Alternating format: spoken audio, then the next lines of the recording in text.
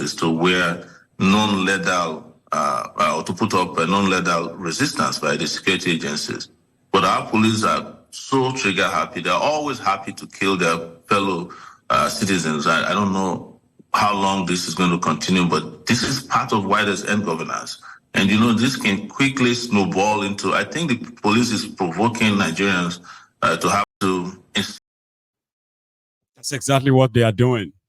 Provoking Nigerians, testing their resolve, because they have done it many times, again and again and again, and they got away with it every time. So it didn't take him much. It is to dismiss Sega's, hypocrisy. Somebody that claimed to be fighting for the poor Nigerians, then suddenly became the person that is inciting the government to kill the same poor Nigerians, because he felt so slighted that all of that privilege, you get what I mean? Like, end SARS, end SARS, end SARS. Sega called out Nigerians to come out, let's do end SARS protests. How many of you remember that shirt where he wore a black top and he said, am I next? I'm going to look for it online. I'm going to put it on your screen very soon. Here is another individual who spent his time and risking it all as well. Inebe Effiong, the man that is now being touted to be the reincarnated Gani Faweyimi. So let's listen to this, just to give you the full context of what is really going on, than whatever narrative they are putting out there in order to continue to scare the people, right? Voices like this are meant to be amplified again and again and again for the sake of those who have been unfortunate or unfortunately, right, are threatened into silence. You can't be silent for long anymore. You would have to kind of rise. Ordinarily, I would have just gone straight to answer your question, but I would like to respond to a few things Mr. Jamiu Abiola has said, and to remind Nigerians that in 2019, Mr. Jamiu Abiola told Nigerians that the then Buhari represented the vision of his father, and in fact told Nigerians to vote. He told Nigerians in 2019 to vote for. In fact, you know what we're going to do, right? There is a way I kind of selected the clips. So I would start with this one, what Jamiu Abiola actually said. He was brought to the studio of the Channels Television to come and discuss this. And he's just a guy that is Abiola's son, okay?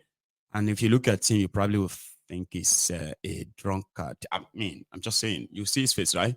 So the son of the former business mogul, MKO Abiola, who is now a political jobber surviving on whatever it is they are giving to him from the government, is now working inside Tifnumbu's government. So he offered his opinion about the hardship going on, okay?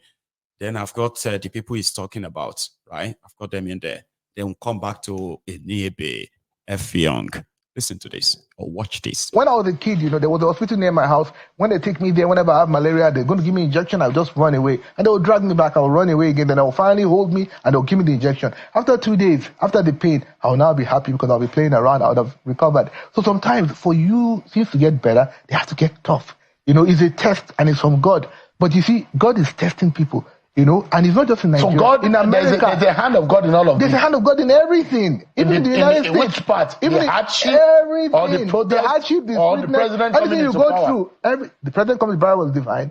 What is happening is also, even in the United States, the highest level of inflation in the United States this year. It's never happened like that in the US before. The whole world, it's like, I don't know what's going on. I think God is really testing us, And I'll tell you this, we have to pass the test. When I see people looting and all of that, all in the name of protest, I say to myself that the person you are looting, you don't know what he has gone through to even open the shop. I would like to respond to a few things Mr. Jamiu Abiola has said, and to remind Nigerians that in 2019, Mr. Jamiu Abiola told Nigerians that the then Buhari represented the vision of his father, and in fact told Nigerians to vote. He told Nigerians in 2019 to vote for Buhari to honor his father. In 2020, you can fact check me on this. Jamiu Abiola, who is President Tinubu today, told Nigerians that Buhari had the same vision with his father. When Buhari left in 2023, thousands of Nigerians were slaughtered. The economy was nothing to write home about. The so-called wall against corruption was a complete flop. The entire country was in ruins. Tinubu came in, and even Tinubu has said he made Nigeria destroyed. At least people loyal to him are saying so. So I begin to wonder whether Buhari's legacy represents the vision of Abiola for Nigeria. I think that is the question Mr. Jamiu and his family should think about, because when he speaks in this manner, it is a desecration of the name of his father. And I'm saying that because I'm very upset about some of the things he has said. 200,000. Ṣé wọn fẹ́ kí tálákà kàwé mọ́ ni? Ní gbogbo oko ni mo ti wọ̀ kí n lè rí 200,000. Ṣé wọ́n fẹ́ ká para wa ni? Mo máa jáde, mo máa lè tí wọ́n fi parí gan ni. Wọ́n máa fi parí ni. Wọ́n máa fi parí. Owó pírójẹ́tì kan 100, owó kan 200. Ká tó jẹun nínú ilé, ṣé a fẹ́ lọ para wa ni? Ẹ wá láwọn ọmọ kan ṣe yahoo. Nígbà bá ti pọ̀ jù nínú ilé tọ́mọ ògbádùn, ìlú ọmọ kẹ́gbẹ́kẹ́gbẹ́. Tọ́mọ bá jẹun tó wà òkè, kò sí ọ̀fẹ́ fẹ́ wá débi ẹgbẹ́kẹ́gbẹ́. Dáàmì wọn ò wà òkè, àwọn gómìnà wọn ò wà, àwọn gọ́ọ̀mẹ̀ntì wọn ò wà òkè. Àwọn ń gbádùn ọmọ wọn ń gbádùn wọn lọ lóògùn wọn fine. Àwọn ń sọ́fà, ẹ̀jẹ̀ mọ́wọ́ wa lẹ̀ fi ń tọ́ fámìlì wọn ò ní jèrè. Kí ni nǹkan tẹ wá fẹ́ kí ìjọba kan ṣe fún wa? Ìjọba wà nǹkan lè ṣe epo kó jẹ́ £100. Kí ló ṣí bọ́dà? Ó ṣí bọ́dà kó jẹ́ wọlé. Kálukú yó. Epo yẹn ni wà lára gbogbo wa ló kàn. Idiot ni wọ́n.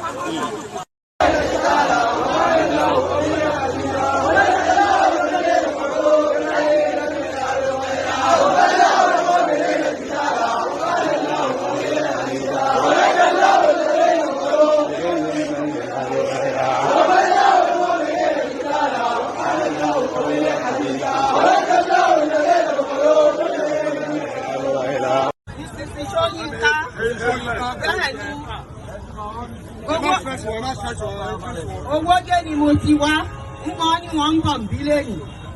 Sójà láwọn àgbàlagbà ká máa tọrọ bárà ká má oúnjẹ jẹ. Ààrùn oúnjẹ jẹ, mo ń tọrọ bárà kiri. Èmi àtàwọn ọmọ mi kò sí nǹkan kan, àwọn ọmọ jáde wọn ò ríṣẹ́ ṣe. Wọ́n ń tọrọ bárà kiri, àwọn bọ́ìsì wọ́n kówó wọ́n kú Ṣàngó yìí. Àwọn sisi wọ́n kú Ṣàngó yìí. Wọ́n ò ríṣẹ́ ṣe. Gbogbo ọ̀nà bàjẹ́. Ẹni ń tajà, ònàwó dáwọ́ mọ́. Kì í ṣe ohun tó jà, ẹgbà wà lọ́wọ́ àwọn ìjọba yìí, lọ́wọ́ Tinubu.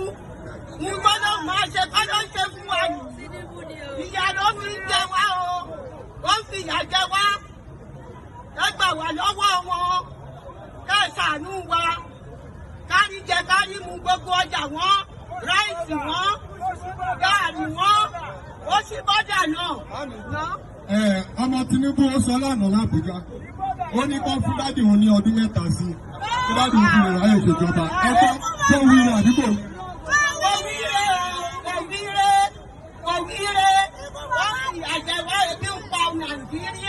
When I was a kid.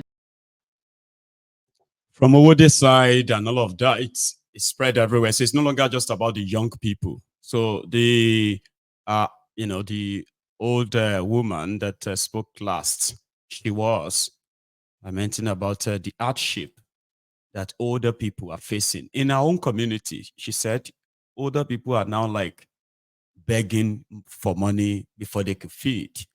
And she sees all the young people around, wasting away right there in Owode. No job, no nothing, no purpose.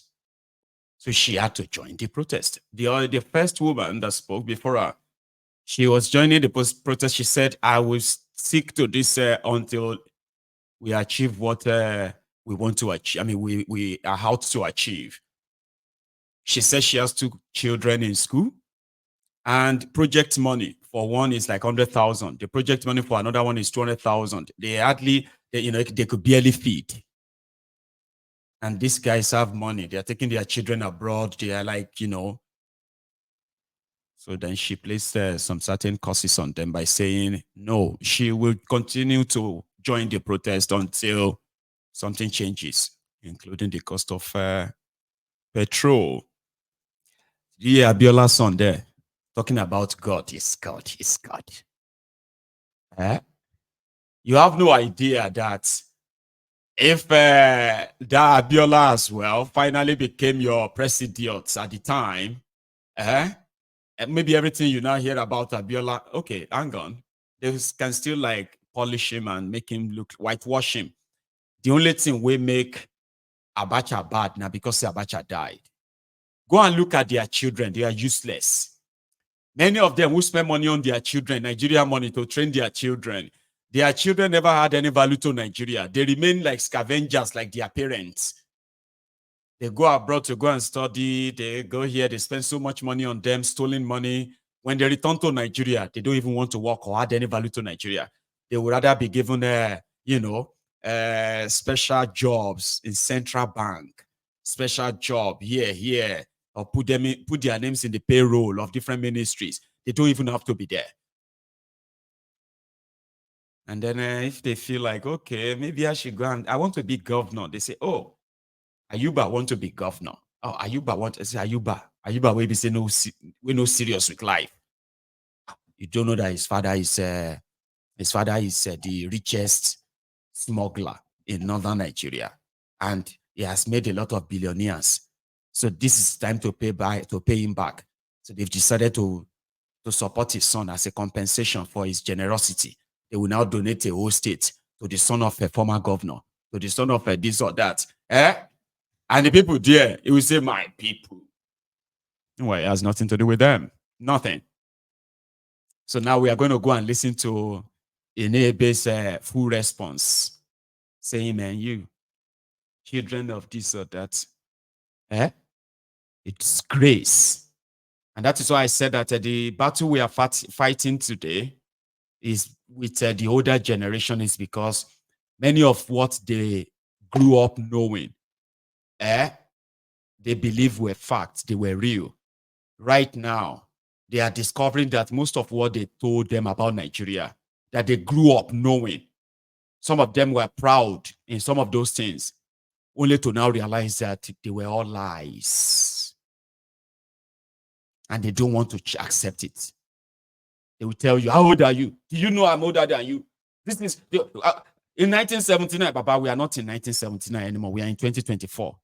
You can no longer use all those nonsense to wink us anymore. You either answer the question now, or you face the restlessness. Trust me. So here is Inebe's response in full. You are going to enjoy it. Okay? So please, like the broadcast if you haven't already, and share it too. And subscribe if you haven't. Full response to Abiola's son and more on the protest. Not really. I would have just gone straight to answer your question, but I would like to respond to a few things Mr. Jamiu Abiola has said. And to remind Nigerians that in 2019, Mr. Jamiu Abiola told Nigerians that the then Buhari represented the vision of his father, and in fact told Nigerians to vote. He told Nigerians in 2019 to vote for Buhari to honor his father. In 2020, you can fact-check me on this, Jamiu Abiola, who is President Tinubu today, told Nigerians that Buhari had the same vision with his father. When Buhari left in 2023, thousands of Nigerians were slaughtered. The economy was nothing to write home about. The so-called wall against corruption was a complete flop. The entire country was in ruins. Tinubu came in, and even Tinubu has said that he made Nigeria destroyed. At least people loyal to him are saying so. So I begin to wonder whether Buhari's legacy represents the vision of Abiola for Nigeria. I think that is the question Mr. Jamiu and his family should think about, because when he speaks in this manner, it is a desecration of the name of his father. And I'm saying that because I'm very upset about some of the things he has said. Now, regarding your question, I think Nigerians should no longer be taken for granted. We cannot continue to live in a country where we have leaders who do not listen to what the people are saying. People claim, oh, that the president is doing this, the president is listening. Mr. Sheun, this protest has lasted for 2 days now. Has President Tinubu spoken to Nigerians? I personally don't want him to address Nigerians. I want him to address the demands of Nigerians. It's not the same thing. But has he even addressed Nigerians? 48 hours after, over 12 Nigerians have been killed at a minimum. Has the president spoken? 48 hours after, has the government even said, okay, we want to talk? These are our representatives in the dialogue. Because people kept saying protesters should talk to the government. They said the protesters are faceless, they are leaderless. Who are the people that represent the face of the government if the conversation or dialogue is to take place? And what are the demands of the protesters? Because you say people should leave the streets, but have you listened to them? Have you listened to them? You have a president that has 48 ministers, Sheun, 48 ministers, the highest in the history of our country, at a time that the country does not have money to run and pay for basic services. If the president is serious, he shouldn't take Tinubu 1 hour to reduce the number of ministers to 87. Because constitutionally, every state is entitled to minister plus the FCT. There is no reason why Nigeria should have more than 37 ministers. So when the protesters say they need you to reduce the cost of governance, these are actions that can be taken under 24 hours. People say they want electoral reform. Shehu, you saw how the Akpabio Senate and the counterpart in the House of Reps convened to amend the Police Act to extend the tenure of the IG within 24 hours. Under 24 hours emergency session, they also passed an Appropriation Act. If the president is serious about addressing the protesters, by now the Federal Ministry of Justice would have come up with a draft bill to amend the Electoral Act and send it to the National Assembly to make electronic transmission of results mandatory under our law. This is one of the demands. If the president is serious, if the president is really serious, he will have addressed, right, other demands of the protesters, including economic policies that have been introduced, that have rendered Nigerians homeless, that have rendered Nigerians hungry. They told us on the 29th of May last year, Sheun, that the president has removed subsidy. We are aware from records that the last year, you can fact check me, about 3 trillion was paid for subsidy. Where is the fuel? We are still having queues. People cannot find it to buy. They have increased the cost of the electricity tariff. That has now made a mess of power in our country. So you continue to introduce policies that are subjugating people. And people are protesting. You haven't said anything to address it. You want to buy a new aircraft. You are building a new residence for Shetima. And you say there is no money. And you are saying that people should listen. Now Wike is coming out to make irresponsible statements. I'm not surprised. Nobody is surprised. The same Wike that was threatening people not to come out in the FCT, you are hearing what the governors are saying. Because they claim that the president has given money to governors, right, to ameliorate the suffering of Nigerians. For me, that is just a largesse. Because you are dealing with governors that are not accountable.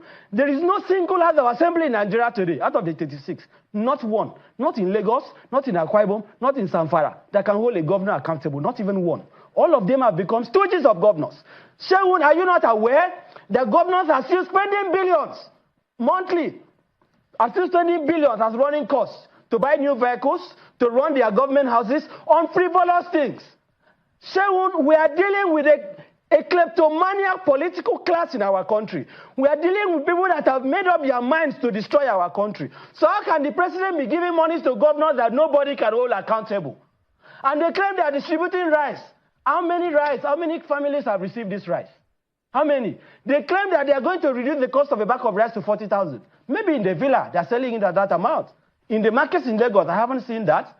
So maybe it's in the Akpabio Senate that they are selling rice for 40,000. I have not seen it anywhere. So the point I am making, if you are really honest about engagement with the protesters, because it's not enough to say you want to engage. Are you really honest about it? Are you honest about it? I am excited that in Lagos, the situation is relatively calm. And that is because at our own level, we are also talking, advising the protesters to be calm. But guess what? Even as I speak to you, today we just secured the release of 12 people from Panti.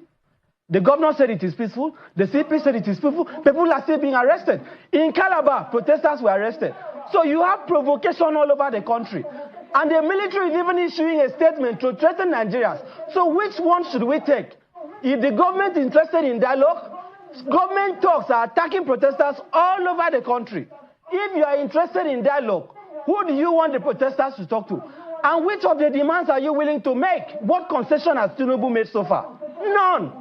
In Kenya that they keep making reference to. President, if I may jump in quickly. Yeah, let me jump in quickly. Don't worry, don't jump in. jump out. I told you were going to enjoy it. I told you.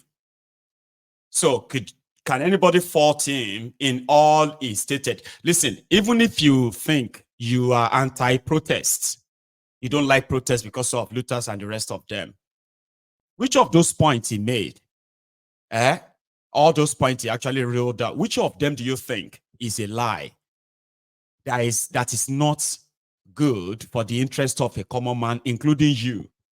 Which of them? None. And that is the point. They are talking about go and negotiate. The protest will not, but at the same time, they are sending policemen, they are sending secret policemen to kill people. Now they've killed over 23 people. 23 people. I'm going to show you videos soon. Don't worry. I love giving you, getting us into it.